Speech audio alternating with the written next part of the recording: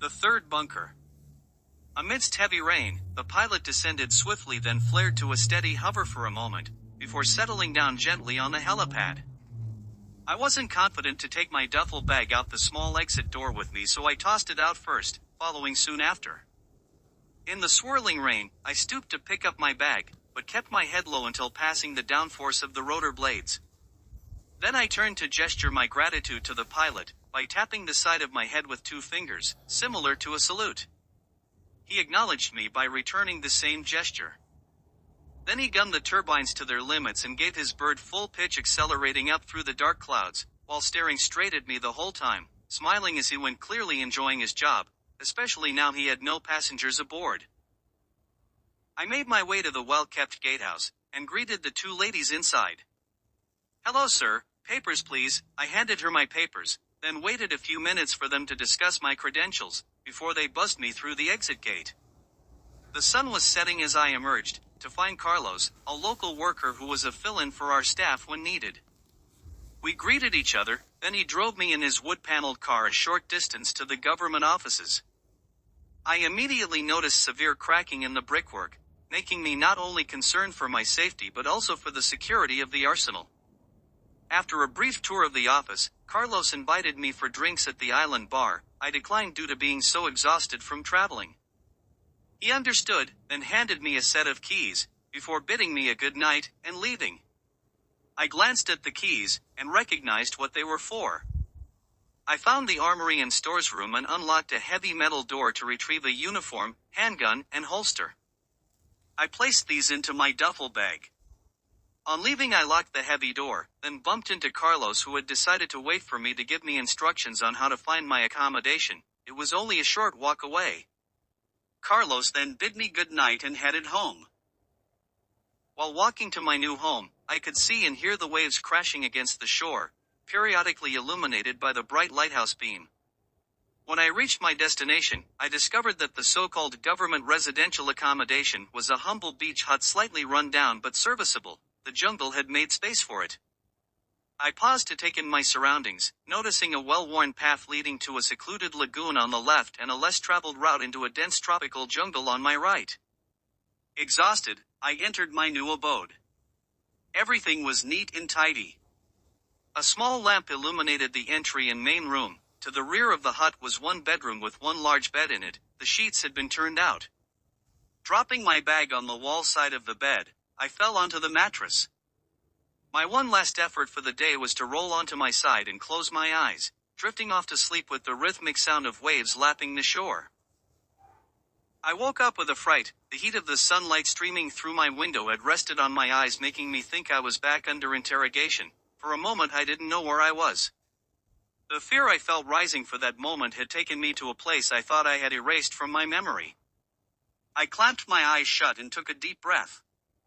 That scorching flash of fear melted away as I became conscious of the gentle crashing of waves and various animal noises from the nearby jungle. I stood up and stumbled out of the bedroom towards the porch door. I opened it and stepped out onto the porch. I caught sight of some local children running away, giggling at my disheveled appearance.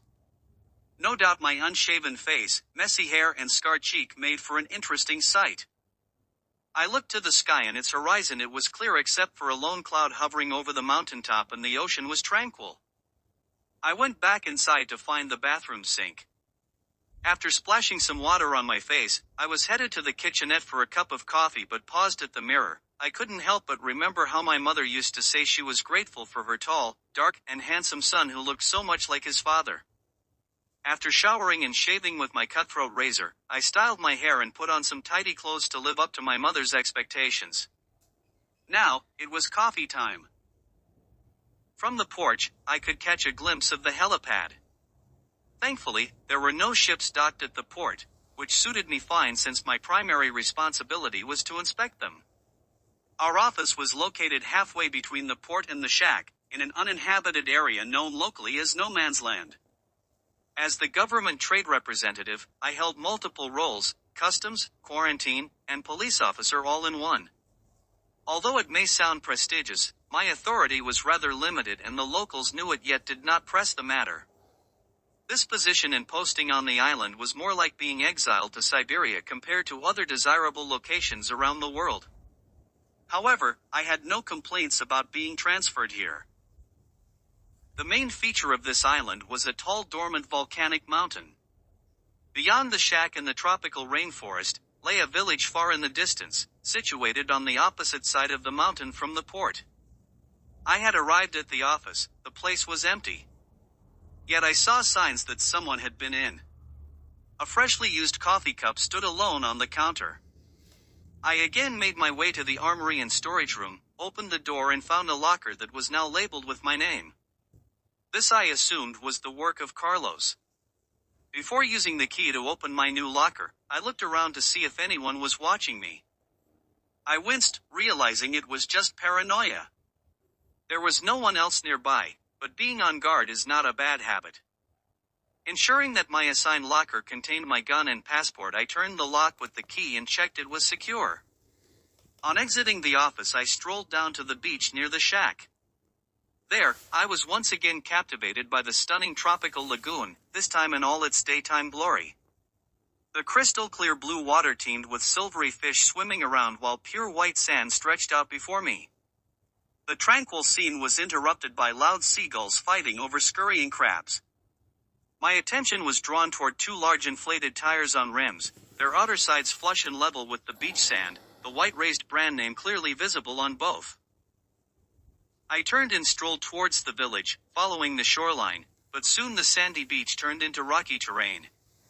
The rocks were remnants of ancient lava that had once flowed into the ocean.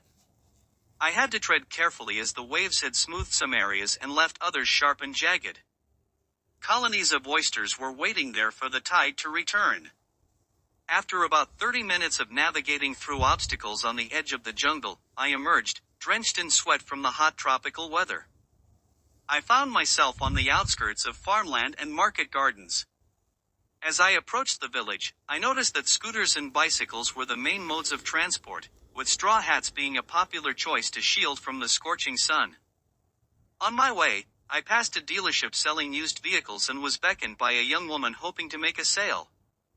After my long journey, I was an easy target and ended up riding off on a red 1932 Indian Sport Chief motorcycle. Feeling parched, I stopped at what appeared to be the only bar in town. It was called Rosita's Cantina. Rosita herself served me. She had inherited the hotel from her parents a few years prior and was determined to restore it before the new resort opened. Her parents used to have connections that brought in many touring bands back in their day. To my right from the main entrance and bar was a large dusty room with a stage and various instruments.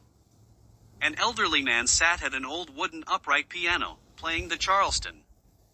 3 other seniors sat at a table nearby, listening and reminiscing. Rosita informed me that they were the lighthouse keepers. As I listened to the out-of-tune piano, I made a mental note to fix it. My mother, who played piano in a philharmonic orchestra for years, had encouraged me to always watch the piano tuner and learn the craft. I went on to be qualified in college. As I reminisced about my childhood, Rosita inquired if I was looking into the disappearance of Marnie, the previous officer who held my position. Despite being briefed to stay informed, I pretended to be unaware. However, I changed the subject and asked Rosita for permission to inspect the piano. She was eager for my assistance. While this was happening, a large rat ran out of the piano and we both quickly moved away. My instinct was to reach for my gun, though it was back at the office.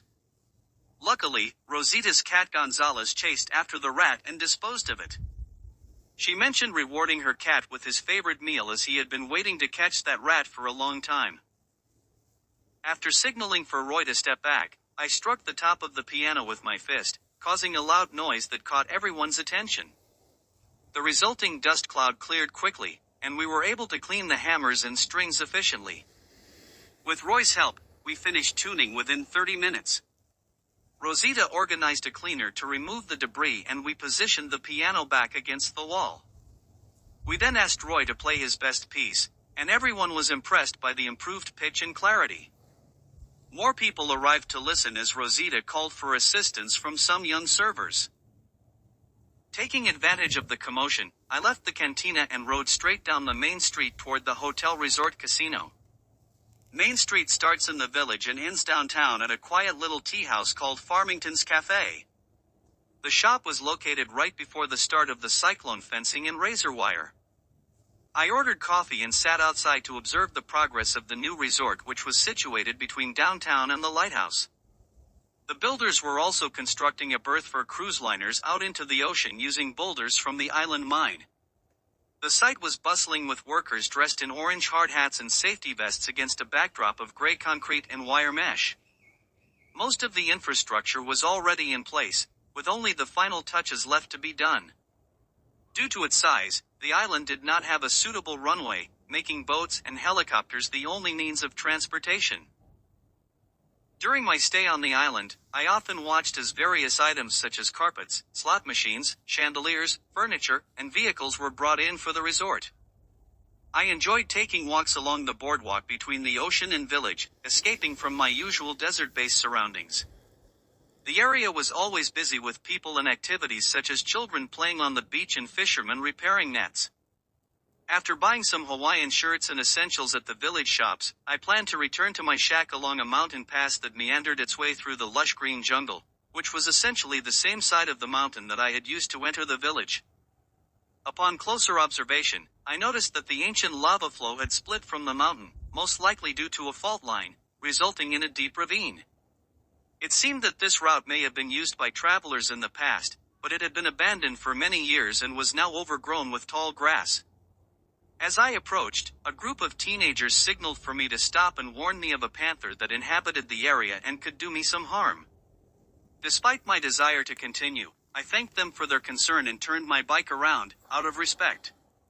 Instead, I took the high road that passed by the unfinished resort and lighthouse. It traversed through the last remaining patch of jungle on the other side of the island. However, this jungle strip did not lead all the way to the shack. There were no roads connecting it to the lighthouse or wharf. I did some quick research on my phone while waiting at a mining and wharf vehicle intersection. I found out the underground mine, the new hotel casino, and the wharf were now being operated by one organization, Morgan and Gorman Mining and Construction. It looked like they were physically trying to link all their work sites together, choking out the traditional owners. Through an opening in the trees I could see rail cars full of shiny ore come out of a hole in the side of the mountain full while others returned in empty. I finally reached a traffic warden holding a stop, slow lollipop sign. She complimented my bike. I asked if I could use the underground tunnel to reach my destination, and she agreed on one condition, that I call her sometime. Once the vehicles had cleared, she granted me passage through the tunnel where my bike's engine sounded incredible. When I finally arrived at the shack, I revved my bike's engine as usual before shutting it down and thought I heard an echoing roar from the jungle mimicking the noise. After climbing up the timber steps and stumbling on the loose nail sticking out of the porch deck again, I made a mental note this time to fix it sooner than later. Suddenly, a ship's horn sounded from afar. When I turned around, I saw a large vessel entering the harbor. Obviously it was time for a ship inspection, so I went inside to change clothes. As I was swapping shirts, I caught a glimpse of my terrible war scars in the mirror. I put on my uniform and grabbed my handgun before heading to the port on foot. The area was heavily secured with cyclone fencing and razor wire, just like the nearby resort. The security detail was vigilant, and I could sense eyes on me from all directions. As I approached, 2 guards stopped me to check my documents and compared a photo they had, before allowing me to pass. Despite the constant surveillance and lack of verbal communication, I felt safe within the compound. Some workers wore electronic earplugs and spoke quietly amongst themselves, prompting my interest in obtaining one of those devices. Once aboard the huge cargo ship, I was led to the captain by the first mate. We discussed bonded cargo and crew members who were disembarking to work on the island. The captain only spoke Russian. Fortunately, I had learned Russian fluently thanks to my multilingual father. However, I usually kept this ability hidden to overhear more information. And when I did speak their language, I was often able to make it seem so natural that they didn't even realize. After exchanging paperwork and signatures, my remaining task was to check the crew. During this process, I discovered a carton of untaxed Russian cigarettes in their baggage. A pat-down revealed no drugs or weapons, so I allowed them onto the island to find their land legs. As I was leaving, I observed that the ore processing facility was in full operation, with multiple chimneys releasing white steam into the sky. Today, that steam mingled with white smoke coming from the mountain. I intended to depart, but the women at the gatehouse informed me of an imported shipment of goods and merchandise that needed to be inspected in the large warehouse belonging to the underground mining operation. Upon entering, I discovered that this storage area resembled more of a high-tech factory than a traditional warehouse. It was impeccably clean. The inspection process was simple, but what amazed me was the company's apparent wealth. After departing from the port, I headed to my office where I received a message on my answering machine about conducting an inspection at the village market. I rode my bike back through the tunnel and undertook an examination of coconuts and other tropical fruits for export. By the time I finished that and all the necessary paperwork, it had become dark outside. So, I finished up and made my way back to the shack. After changing into more comfortable attire, blue jeans and a white t-shirt, I rode over to Rosita's cantina to see if anyone I knew was there for a drink. However, everyone seemed unusually quiet. There was just an eerie silence in the air. People acknowledged me with a nod or tip of their hat but didn't engage in conversation. It could have been because of my role as local law enforcement, but something didn't feel right, as if there was some sort of underground group controlling everyone's actions. Despite this, I stayed for a while and tried to be sociable before eventually leaving, all the while thinking, I should have invited the lollipop lady. My second week was much like the first, nothing changed. I had to confiscate various things and incinerate them, but I had a habit of collecting cigarettes from different countries and burning them one by one. I would empty boxes of them into a container, mix them up, then randomly pick one out, then smoke it and try to guess its origin. Due to the constant smoking, I was beginning to develop a squint. My hard hat was invaluable. I had walked into so many ship bulkheads by now that I wouldn't be surprised if all my teeth and vertebrae in my neck were cracked, so I was also developing a stoop, being frightened of when I would hit my head next. My time in the service had left me with post-traumatic stress disorder, and I had to take medication for a while to help with my mental state. The institution I was in was filled with troubled individuals, making it difficult, but I managed to get out of it, although not unscathed. I was now drug-free and back at work. Despite not being allowed to handle weapons on the mainland for 5 more years due to my struggles, I felt like I was back on track, especially now that I had a posting on the island. As the days went by, my routine consisted of shipping, handling imports and exports, and intervening in domestic disputes. There was enough work to keep me busy, but not too much that it became overwhelming. The smell of diesel in the morning brought back fond memories of my time in the service. To stay physically fit, I made sure to exercise regularly and enjoyed spending time at the beach under the shade of palm trees while reading or engaging in activities like jogging, swimming, snorkeling, and diving. On lazy days, I would sit on the porch in a deck chair with a book and a cold drink, or lie in the porch hammock, watching the eagles fly around the mountain. The beautiful sunsets and sunrises added variation to my days, along with occasional cold nights or rainy days. When my workload did eventually overwhelm me, Carlos was there to lend a hand. On a particularly busy day, when all the available positions were filled, I called him in to work, and we worked together seamlessly. The following day, he stopped by the office to hand in his timesheet. However, I was already on my way out and had locked up, so we briefly chatted outside. I asked him for a little favor for the lighthouse man. I needed him and his vehicle. I noticed his wife waiting in the car, but she seemed upset, so I maintained my distance. I had heard that Carlos struggled with high blood pressure, but his wife refused to acknowledge her role in it. Even though he had 6 children running around us without shoes, happily playing, it was probably not always easy for him to manage them. One of his sons approached me and shared an interesting fact: his father used to be a lion tamer. Carlos hushed him immediately, but I was intrigued. The boy went on to explain how his father had caught a panther in their village and returned it to the jungle. Carlos clarified that this happened when Opal, the black panther, was still young. He then gathered all the kids into their old wood-paneled van and prepared to leave. However, one of the children got in the way of the gear shift, and instead of risking harm to them, he stalled the car. His wife reacted angrily and hurled insults at him, but he remained calm and simply moved the child where they should be seated before restarting the car and driving off towards the canyon pass while his wife continued her complaints.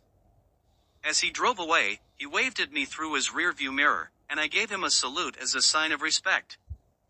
I couldn't help but wonder if by taking that route back to their village, he secretly hoped that she would be pulled out of the window by Opal. Another time, Carlos came into the bar with his wife, who simply glared at him before storming off in a huff.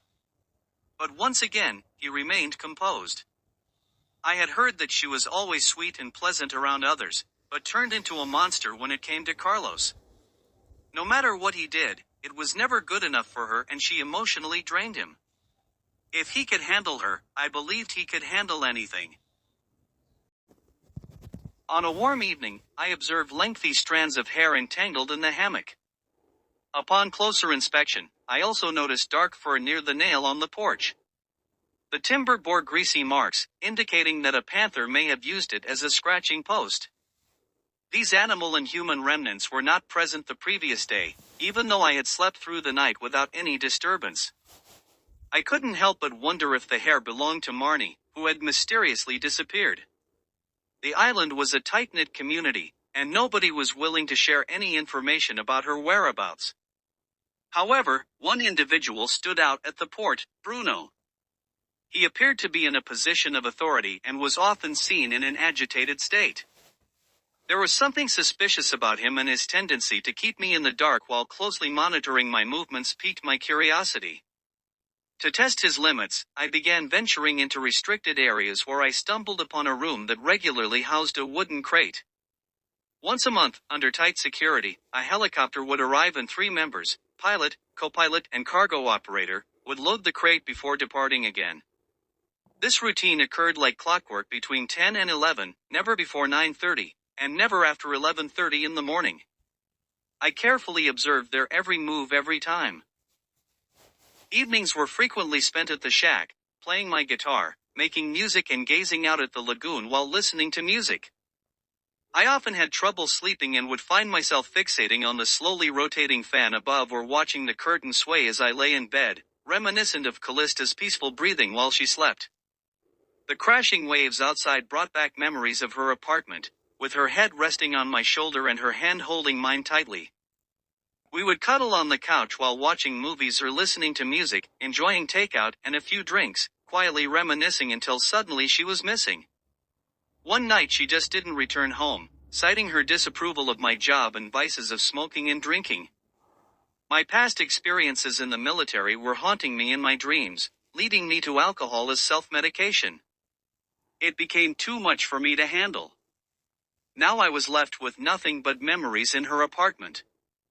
I would often sit on the windowsill with a cigarette and drink in hand, observing the traffic passing over the double-decker bridge, and river illuminated by colorful city lights. Somewhere in the distance, a saxophone could be heard playing beautiful melodies that echoed through the alleyways. It was a mix of genres, jazz, blues, country, pop, rock, and oldies, but it all sounded amazing. It was clear that whoever was playing was practicing for their next performance. They were somewhere nearby, and I had a front row seat without having to pay a dime. It felt like they were choosing the sad songs, especially for me. Various animals would approach me at the cabin, peculiar little creatures. One green lizard would often come and sit next to me to keep me company whenever I sat on the porch. Vibrant, colorful birds would also visit and perch on the wooden railings. On occasion, young mountain goats or deer would wander around. Strangely enough, these animals never seemed afraid of me. This had always been the case for as long as I could remember. Dogs would let me pet them but bark at others, while cats would rub against my leg but hiss at anyone else. However, there was one exception, a large snake that I always had to be wary of. A python that frequently lurked near the trees by the cabin, hissing at me and sizing me up like I was its next meal. I never trusted it, so I would stare directly back, and hiss, and it would quickly slither away into the jungle. One time, while this was happening, I caught a glimmer of light from up on the mountain. Curious, I grabbed my binoculars and spotted an old lookout post. I knew I had to make my way up there somehow. It seemed like there used to be a path leading up to it, and it even appeared to have some sort of military gun emplacement from the war. Determined to find a way up, every morning during my jog along the beach, I would check it and try to figure out a way. After some time, I discovered an old mountain goat trail that led me face to face with the panther. It was close enough for me to see a notch in its ear where someone had probably attempted to shoot him. The fierce feline did not want me going any further up that path, so I turned back for safety's sake. However, my determination to explore that area remained strong. One day soon, I promised myself that I would make it up there and see what was on offer.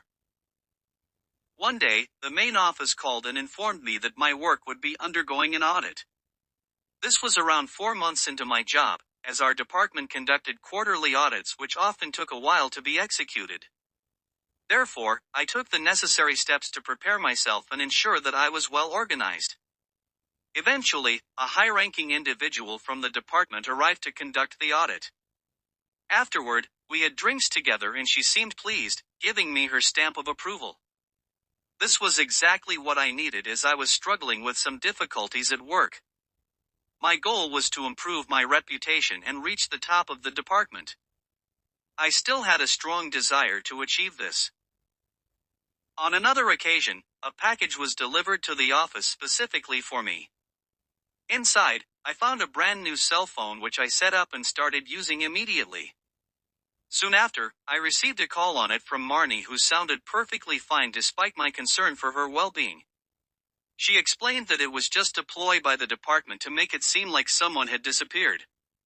She asked me to keep this information between us for obvious reasons and let me know that she would be dropping by in a couple of days without revealing an exact date or time.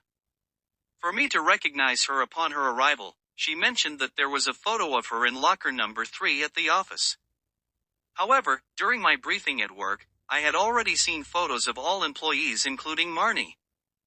Why did she specifically mention locker number 3? I entered the office and located the keys.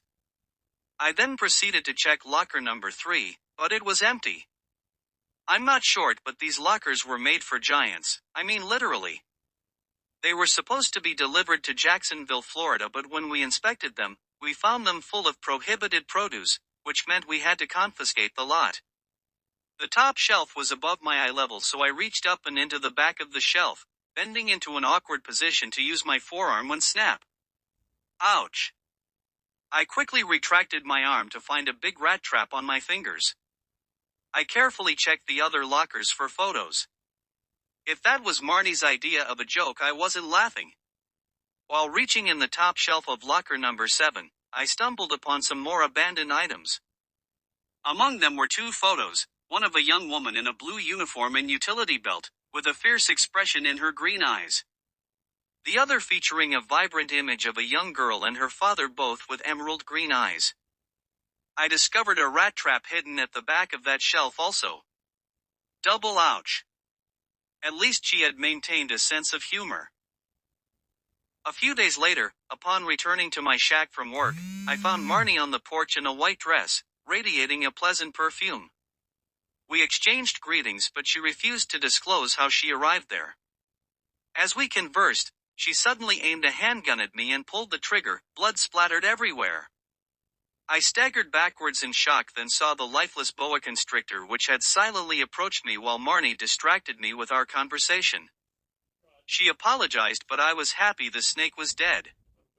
I dragged it into the lagoon, then washed the blood off myself. We talked some more on the porch. She revealed that on her last shift she had become so afraid of Bruno that she tried to hide in the crate room. Unfortunately, Bruno saw her go in and went to retrieve his fancy shotgun.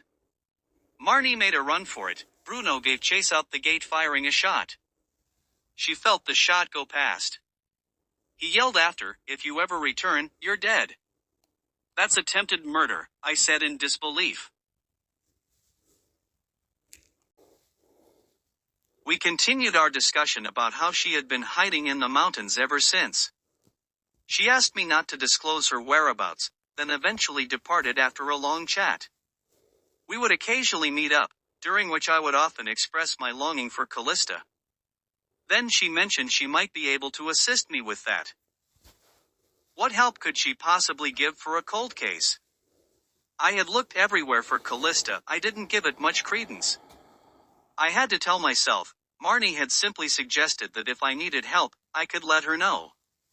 I expressed my gratitude and said I would consider it. One thing I did inquire about was the presence of 2 tires on the beach near the lagoon. Marnie clarified that it wasn't just 2 tires, but an entire Jeep, old work vehicle. Apparently, Carlos had indulged in too much tequila one afternoon and instead of taking the road he thought he would drive along the beach instead. The tide was out so he could avoid most of the obstacles, but just when he made it he was driving too fast. He hit some sharp rocks, causing 2 tires on one side to blow out. He had to abandon the vehicle on the beach as a result. Thankfully the island junkyard operators managed to remove all the equipment and fluids before high tide came in. They couldn't tow it out because there was a natural freshwater spring under that section of the beach. That fresh water made the lagoon beautifully clear but also created quicksand. The Jeep was gradually swallowed by the sand, until only the 2 inflated tires remained above ground. It was a reminder of the past and a warning marker for the quicksand. Without air in the tires, the vehicle would have completely disappeared. So from then on, we joked about making sure our tires were always properly inflated. Eventually she stood up on her high-heel steel-toe boots, something I didn't even know existed. I thought she was going to leave, but instead she wrapped her arms around my neck and kissed me. She walked me backwards into the shack and didn't leave till morning. During the evenings, I began frequenting Rosita's cantina more often. The presence of a piano player and drummer usually attracted a small crowd. Rosita mentioned that if one could tune a piano, they could probably play it as well. Despite being able to do so, I preferred playing the guitar. However, when Rosita asked me to join in on a jam session with the boys, I reluctantly obliged due to boredom. As I tuned my guitar and checked the amp, I played an original blues song taught to me by my close friend Fro. Surprisingly, more people entered the cantina as I played with my eyes closed and even enjoyed my personal composition titled Callista. When we finished, I was met with a room full of silent listeners who then spontaneously applauded. Although I had not intended to perform that piece in public, no one knew its significance to me. So, I politely made my way through the crowd while receiving pats on the back and was on my way out the door when Rosita handed me some sheet music and invited me to play again soon. I studied the sheet music she gave me and returned the next night ready to play instrumental. Just then Rosita picked up a mic and came up on stage. I thought she was going to embarrass me but instead said quietly, with her hand over the mic, "Thank you for coming, please start playing the music I gave you." I started her first song, and she came in on cue. Man! Did she have a voice? It sent shivers up my spine. My favorite was Unforgettable, and she sounds a lot like Natalie Cole. We had some great nights playing in the band there, the cantina overflowed every time. Despite playing with a band and having successful nights at the cantina, I still felt lonely. To ease my loneliness, I would gaze out at sea and watch the moon's slow journey or witness thunderstorms with striking lightning in the distance. Occasionally during downpours, I would sit on the porch hoping for Callista's return by ship, yacht or helicopter, but she never came back to me. So, I turned to Marnie for advice on how to see her again. Marnie suggested we take a trip up the mountain pass where she assured me there was no need to worry about panthers as long as I stayed close by her side. The next morning, we prepared for our journey and successfully reached close to the top of the mountain where we found World War II bunkers embedded in its side, possibly related to the nearby guns. Marnie directed me to climb toward the third bunker from the right, specifically its marine hatch. The only point of entry or exit visible to me was the hatch on the wall. It appeared to be stuck due to rust, but Marnie knew a trick. She kicked the wheel, causing big rust flakes to fall out, then easily spun the wheel and opened the hatch. We entered. As my eyes adjusted to the darkness, I noticed a big empty warehouse-sized room, 3 strange generators in one corner and metal inserts on the roof and floor. Marnie started them up one by one, creating a large screen between the metal corners that displayed an image of the aurora borealis.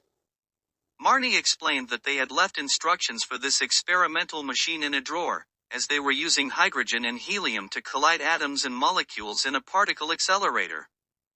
The resulting product was placed in a clear glass sphere suspended in a magnetic field, creating the colorful light emanating from it. Marnie instructed me to think of my happiest memory with Callista and walk through the colors. I did as she said and suddenly found myself standing at Callista's apartment door, wondering how I got there. I quickly shook off the confusion and knocked on her door. She greeted me with open arms, surprised that I had arrived so early. We spent the evening together like old times, cooking dinner by candlelight, talking, listening to music, and watching a movie she had rented. Just as it was time for me to leave, there was a knock on the door. Before I could answer it, Callista kissed me passionately and told me she loved me, on her way to her bedroom. I answered the door to find myself drunk and smelling like smoke, a reminder of when everything had gone wrong in my life. Callista asked who it was, and I dismissed it as nobody important before dragging my useless self from a different timeline into a taxi and accompanied him home, where I proceeded to destroy all the alcohol and cigarettes while giving myself a stern lecture. The next thing I knew, I was back with Marnie in the bunker. We descended the mountain pass and encountered the panther, as Marnie had warned. It watched us closely, clearly displeased, but with Marnie by my side, I posed no real threat to it. "What just happened back there, Marnie?" I asked. "It's a time machine," she explained. "It takes you back to a time when you were happiest." Each bunker had a different experiment. My favorite of the ones that still work is the third bunker from the right, because I could see my father again. It was a chance to spend some quality time together, talk and set things straight. To maybe prompt a different outcome. I miss him so much since he died. Marnie used to sit up on the mountainside, hidden from view, stroking her pet panther and vigilantly watching over Bruno and the port, hoping for a way to escape the island. The passing of Marnie's father brought about a significant transformation in Opal. He suddenly assumed a commanding presence, with his eyes becoming even greener and assuming a protective role over Marnie. He was determined to shield her from any harm, and she felt an unwavering connection to him. It was clear to me that her father's spirit remained by her side, along with the formidable presence of Opal. Anyone foolish enough to attempt to harm her would face dire consequences. I tried to reignite the spark between me and Callista in the hopes that it would prevent her from leaving. We repeated this process several times, reliving moments like riding on the back of a motorbike with the wind in our hair, going to the beach in a convertible with the top down, and having picnics with wine and cheese. But despite these happy memories, something still felt off. Callista seemed more distant every day, and I couldn't figure out why or what was wrong. It was like déjà vu all over again. She had changed jobs recently. She knew what I did, sort of, and wanted to do something similar. It's a classic side effect of all the secrecy. I went to get her mail from the bank and phone company, then with one last look at the city lights outside the window, I left. But not without making sure her phone bill was paid so that I could still hear her lovely voice on her answering machine. The next day, Marnie invited me to join her on a trip up the mountain and into the bunker again. She wanted to show me something and instructed me to clear my mind. As she held my hand, we walked through swirling colors until we reached the beach shack. Marnie warned me not to scare the kittens that were inside. As we entered quietly, I noticed the interior had been decorated with a feminine touch. In one corner, there was a litter of kittens with their mother, all of them small and ginger except for one which was bigger with dark fur and a nick out of his ear. Marnie explained that this kitten was an orphan because Bruno had shot his mother dead. Suddenly, we were transported back to the bunker and Marnie suggested that we go in again. This time, the ginger kittens were bigger and there was a panther playing with them, paying special attention to one kitten named Gonzalez. Marnie revealed that Gonzalez was going to be given to Rosita because she had a rodent problem, and he was an excellent mouse catcher thanks to what he learned from his best friend Opal. Marnie then motioned for me to get into her jeep and took me on a drive to the other side of the island where instead of a resort, there was now jungle being surveyed by workers with colored ribbons on wooden stakes. Overwhelmed by everything I had seen, we decided to call it a day. The aurora borealis brought us back to the bunker and Marnie brought me back home promising to catch up again soon. The next morning, I slept in but was woken by the sound of my motorbike starting up. By the time I got outside, it was gone. The only two people with access to my keys were Marnie and Carlos, so I wasn't too worried. Later, I was woken again hearing someone singing on my porch. It turned out that Marnie had set up breakfast for us complete with flowers and a beautiful cloth. That night, we visited the lighthouse and climbed up to the eagle's nest. The height made me feel dizzy but exhilarated. It was a windy and cold night, but being close to the mountain and Marnie provided warmth. As time went on, Marnie and I spent more and more time together, going on adventures like diving near Fisherman's Wharf at Dead Man's Cove. We explored incredible caves, always keeping an eye out for sharks and snapping turtles. On a stormy night, I could see two rough thugs standing on the deck of a rundown wooden fishing vessel about a mile off the lagoon. They were obviously sent there by Bruno, to keep an eye on me. The pair on the boat were pretending to be fishermen, but no fisherman or woman I know would fish this close to shore in this weather. They thought they were watching me, but I had found the upper half of a mannequin and put it on a record player turntable. While their attention was on the strange person in the window of the shack, I snuck around to some bushes closer to the lagoon and got a better look at them. The rain poured down in sheets, but they were undeterred. They knew that I was cunning and would not hesitate to make a move against them, and I wasn't going to disappoint. As they waited, tension crackled in the air like the lightning that streaked across the sky.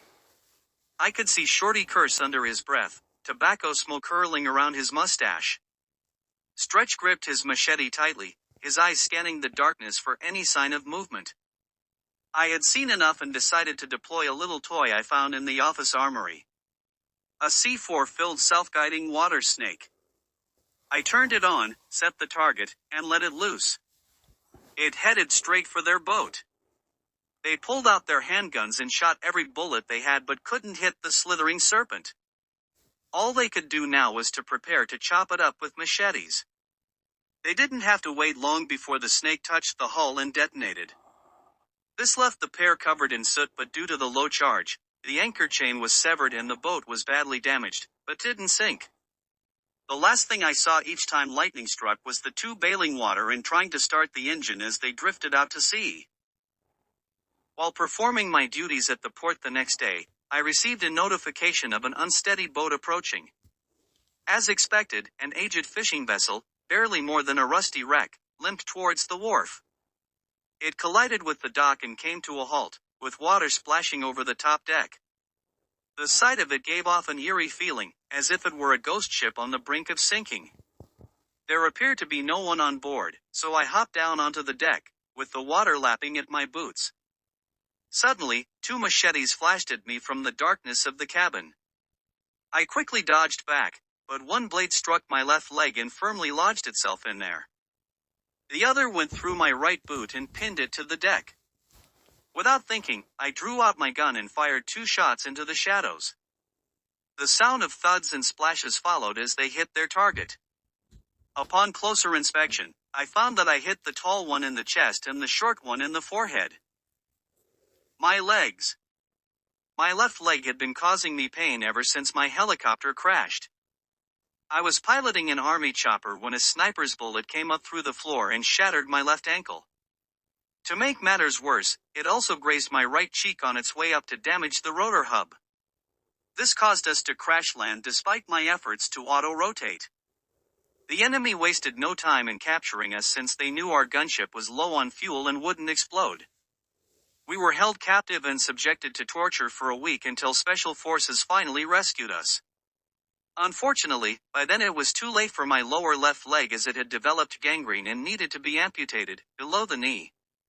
A fortunate circumstance, considering how dire things could have been otherwise. As I felt what I thought was blood seeping into my sock, I carefully removed the other machete from the deck. Only then did I realize it had only just missed my foot and it was just seawater, not blood, I was feeling. The workers at the wharf were insistent on helping me, offering to take me to the infirmary or hospital, but I declined and asked for a ride back to my shack, which they did. Once they left, I cut away my pants from the machete in my left leg. I was in so much pain, but it was pain I had felt ever since being shot, phantom pain.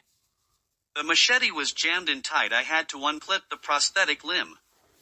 It was like getting the sword out of the stone. The wood was split, but luckily the limb was intact enough. It could be held together temporarily with duct tape. Fortunately, the ankle linkages were still intact.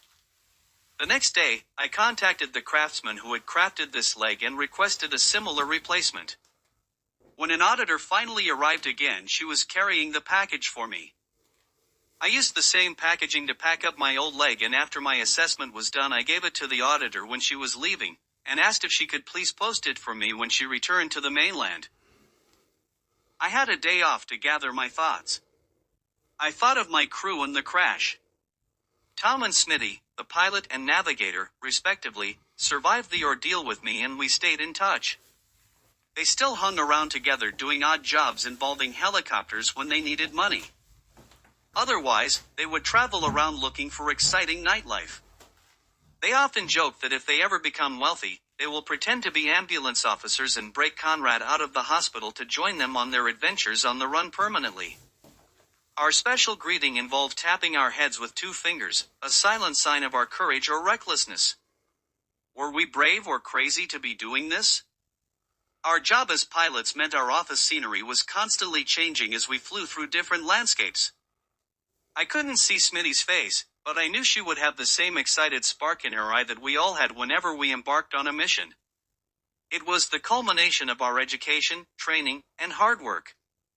Smitty suffered from constant internal pain after a rough landing with another crew, but we never told the medics because she was such a skilled navigator. None of us wanted to lose her, and she wasn't ready to quit.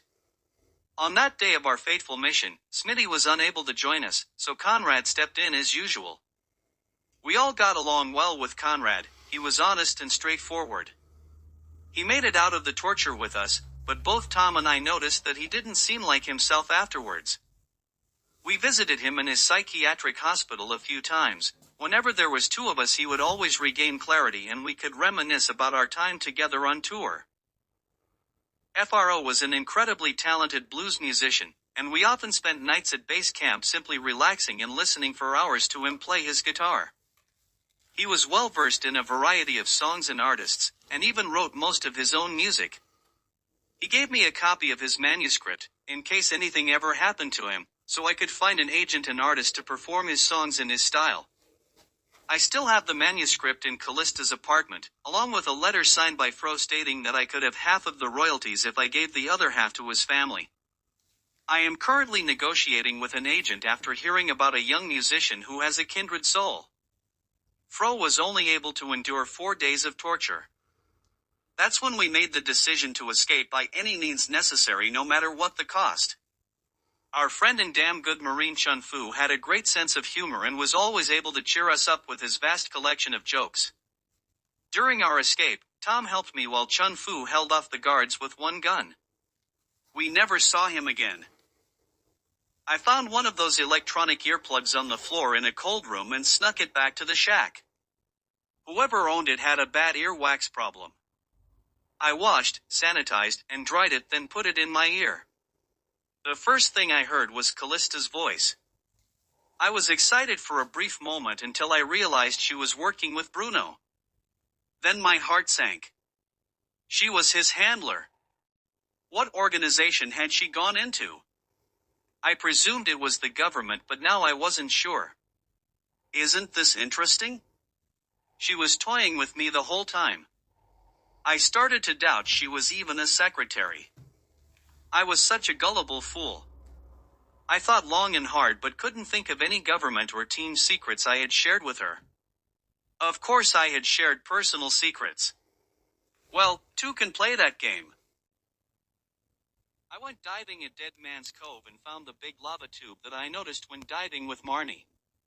This time I came prepared with a torch and gun, sealed in a Ziploc bag along with my phone. I remembered Marnie had once mentioned there was one bunker which was always locked and there was a fresh lock and latch on it the last time she looked. Perhaps the answer is in there? So I also took bolt cutters with me. The tube disappeared into darkness very soon after the water entrance. At least it wasn't too far under the island when it rose above sea level. I found evidence of goods movement not far along, so people had been using this tunnel for smuggling. This is why people were talking behind my back. I decided to explore further. It wasn't long before I came to a T-junction and found a makeshift sign saying, "Resort left, bunkers right." I decided to turn right and go uphill to the bunkers. It wasn't a bad climb, there were steps where they needed to be. Sure enough, I came out at one of the big gun emplacements above the 10 bunkers.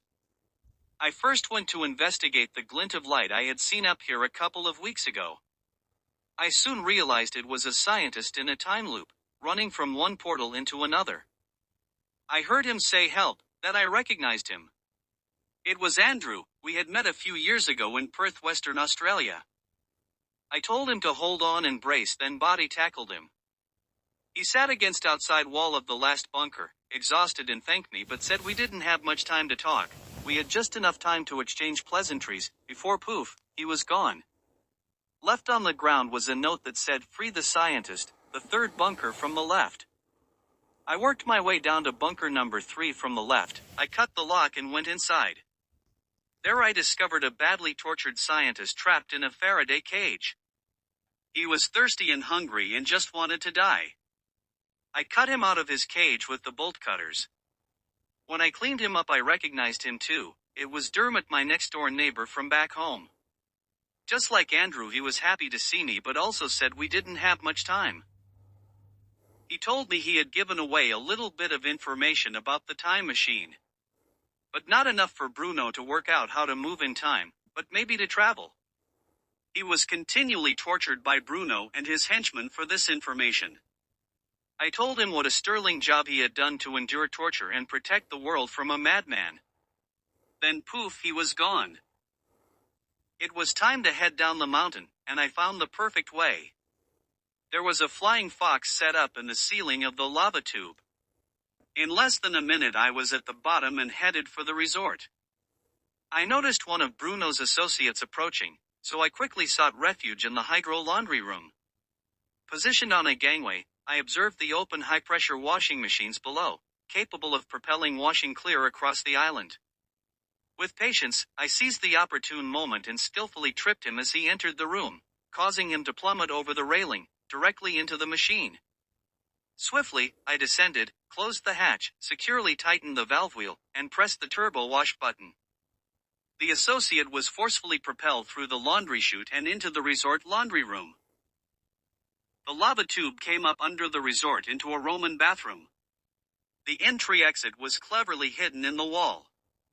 I could hear voices echoing off the tiles. I carefully made my way out of the bath and up into the casino. It was surprising to see everything on the inside had been finished, and I wondered when the opening would be. I saw the 2 guards from the wharf, but fortunately, they were too busy chatting to notice me.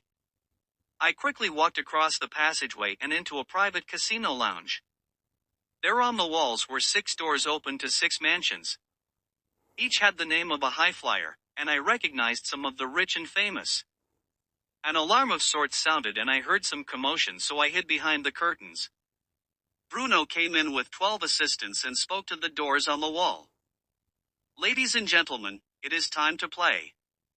Streamers and colorful ticker tape shot into the air, then 5 men and 1 lady walked through the doors, each with a small entourage. A curtain was pulled across the doors and 6 of Bruno's team entered 1 door each while Bruno and the other 6 spread out to service the 6 high rollers. Bruno already had everything set up in this resort. It looked like it had been running for some time, even though outwardly construction was not finished. He had set up portals to other places in the world, but why were the rich and famous just traveling, not time traveling? People could obviously have whatever they wanted here, for the right price, and while they were playing at the casino, Bruno was using the portals, getting into their mansions and stealing all their valuables. I noticed he particularly liked gemstones, and of those, especially clear diamonds.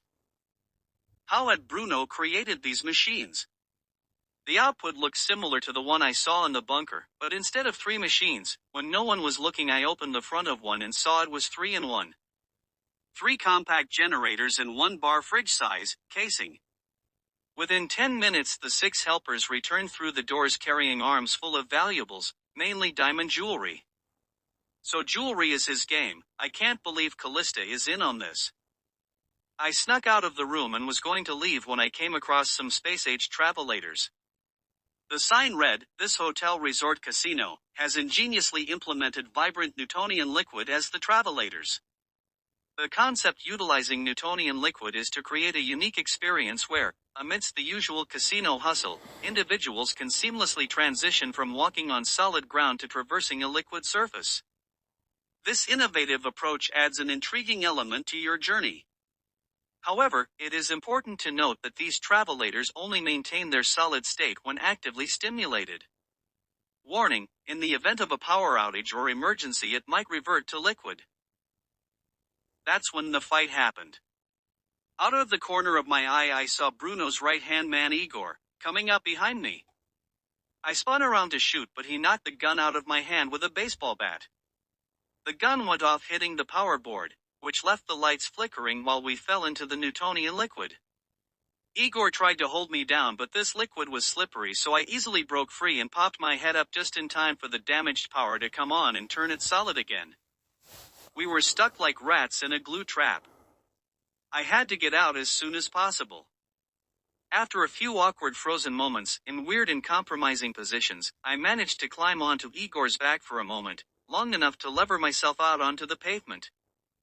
I quickly held Igor's head under the liquid and the power went off again.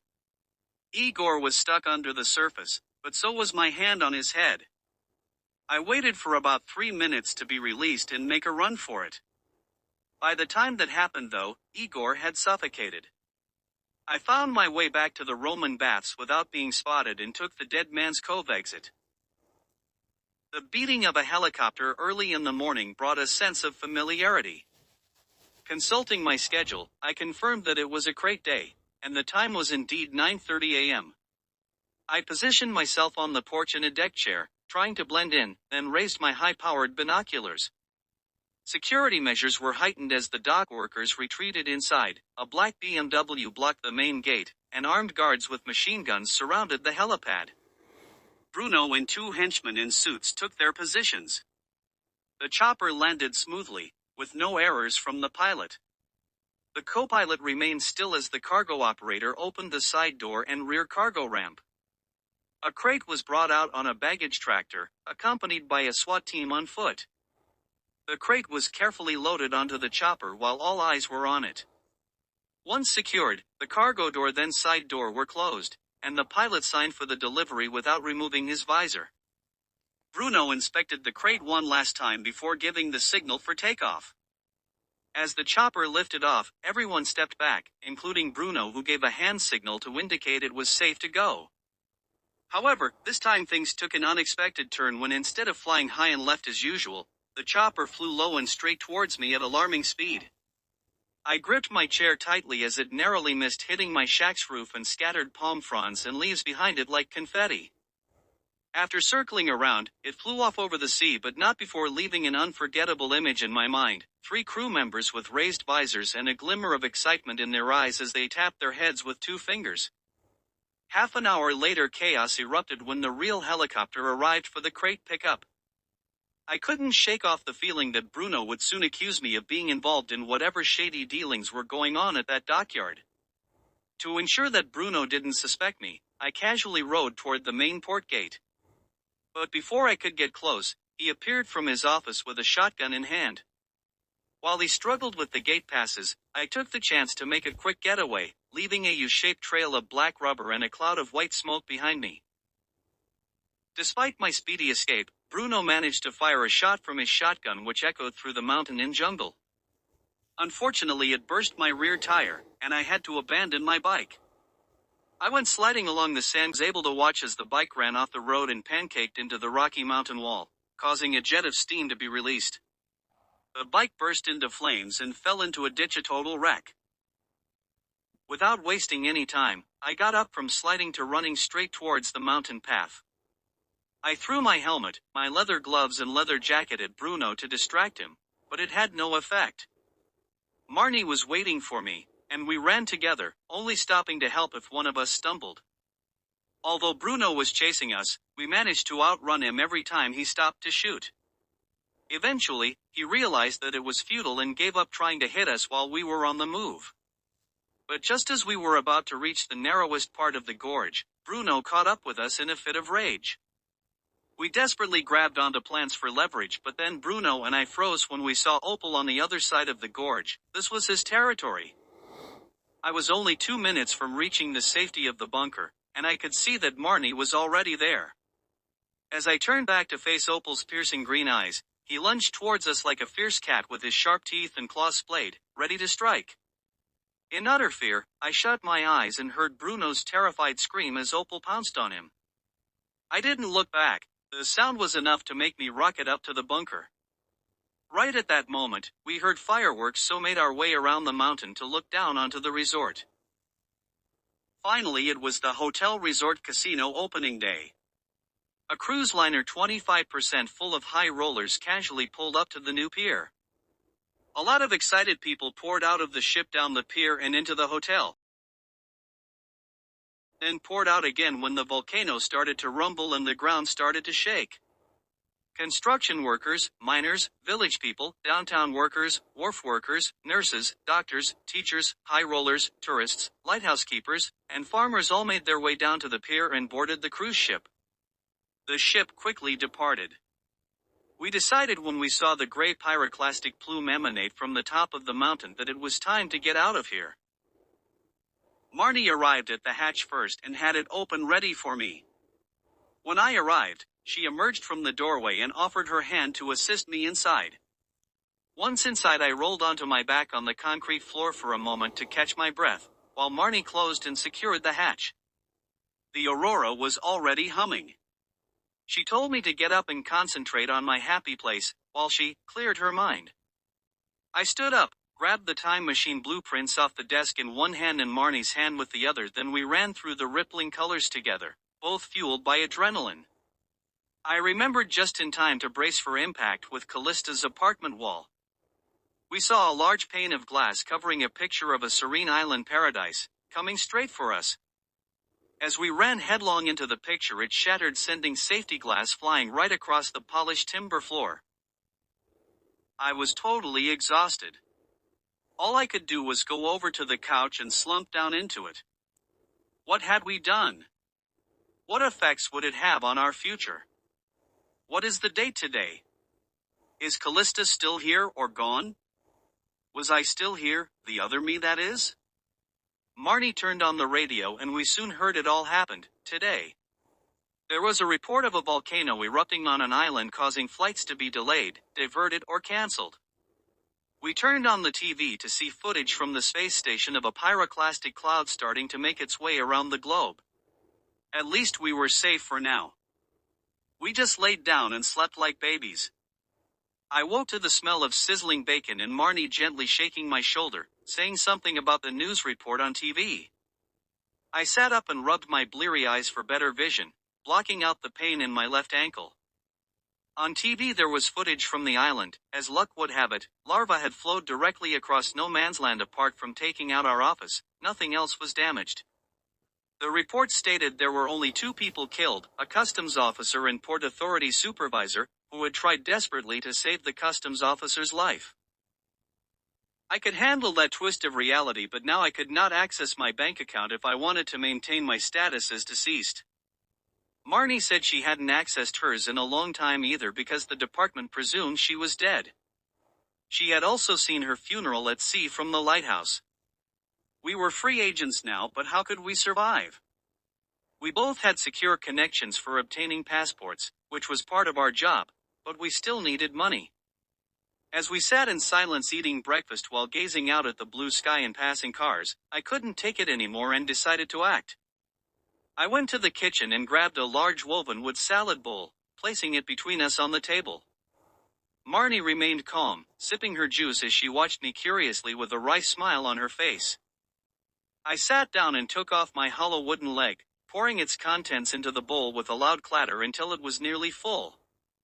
Marnie was impressed but didn't say anything. Then she went into the kitchen and brought out 2 smaller woven wood nesting bowls, taking off her hollow high-heeled boots one by one and dumping their contents into each bowl with a clatter until they were filled to the top. The pair started laughing. The camera pans from looking in Jack and Marnie's window, across the alley and into the saxophonist's window in the adjacent apartment block. A youthful, ambitious musician paused her saxophone playing to peer out her window and fantasize about being as content as the lively couple, laughing in the neighboring building. She swiftly captured these thoughts on paper with musical notations and created a remarkable impromptu piece that she was certain would lead her to success at Carnegie Hall. She titled it, Diamond Life. Permission required to use Smooth Operator by Sod, to play over credits. Resort security can't find the hotel piano. Roy starts his shift at the lighthouse only to find a brand new shiny back grand piano in the top breakout room. Tom and Smitty dress up as ambulance officers, steal an ambulance and break Conrad out of the psychiatric hospital and take him on the run.